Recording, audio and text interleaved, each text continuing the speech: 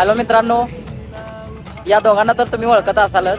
एक तुम्हाला विषय सांगायचा आहे. या रांडेच्यानी माझ्यावर आज स्कॅम केल्यात.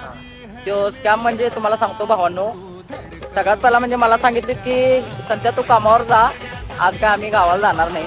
आणि रांडेची मी कामाला गेल्याला बघून ही रांडेची पळून गेल्यात कुठं पुण्याला, मला सोडून गेल्यात.